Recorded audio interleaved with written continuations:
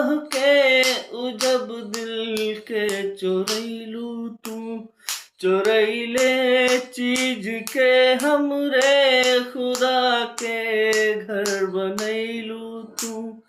उ जब कहलू कि हमरा नाम के तस्वीर में पढ़ेलू, मोहब्बत के नमाजों के कज़ा करे से डरेलू। मगर अब याद आवेला उ बातें बस ई बात रहल, लेकिन भटकनी त याद आयल।